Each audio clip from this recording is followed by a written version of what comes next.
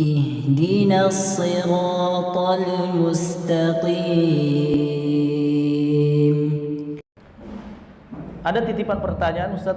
Ada seorang suami yang punya masa lalu sangat buruk. Dia pernah membunuh manusia dan sekarang dia sudah menyesal dan bertaubat atas perbuatannya. Apa yang harus dilakukan agar dosanya bisa diampuni, dan apa yang harus dilakukan seorang istri terhadap suaminya ini? Barakallahu fiik, Ustaz. Iya, Masya Allah. Seorang ketika sudah bertobat, selesai masalah. Itu diampuni. Semua masa lalunya itu dihapus oleh Allah Subhanahu wa taala. Yang penting dia ikhlas, jujur dalam bertobat, karena Allah Subhanahu wa taala dia meninggalkan dosa tersebut. Dia menyesali apa yang telah berlalu, itu terhapus apa yang dia lakukan. Sekarang tinggal perbaiki apa yang akan datang, ya, beribadah kepada Allah Subhanahu wa taala. Demikian pula ya, mengajak keluarga untuk kembali kepada Allah Subhanahu wa taala dan menjaga mereka dari api neraka Allah Subhanahu wa taala. Kan dalam Islam tobat itu menghancurkan apa yang sebelumnya. Dalam Islam tobat itu menghancurkan apa yang sebelumnya. Itu wallahu alam. Ada kisah ya yang paling bagus dalam masalah itu, kisah orang yang sebelum kita yang disampaikan oleh Nabi sallallahu alaihi wasallam. Ada orang dia telah membunuh 99 orang. Dia telah membunuh. Dia punya keinginan kuat untuk bertobat. Akhirnya dia bertanya kepada rahib, yaitu ahli ibadah dari orang Nasoro. Dia berkata, "Halli min taubah?" Apakah masih ada pintu tobat untukku?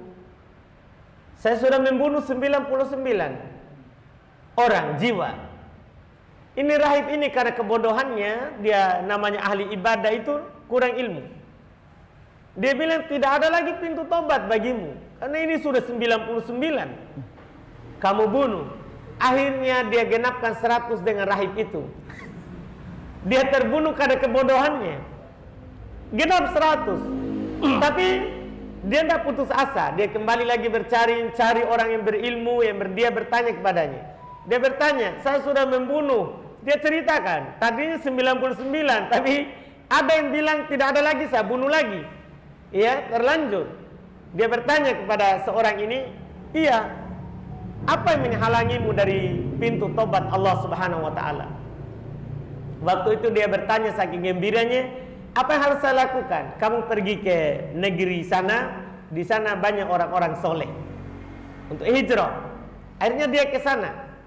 Dia ke sana, sebelum sampai masih di pertengahan jalan meninggal. Turun malaikat rahmat dan malaikat adab untuk mengambilnya. Ketika dicabut nyawanya, berselisih. Malaikat rahmat bilang ini sudah bertobat dan menuju tempat yang baik.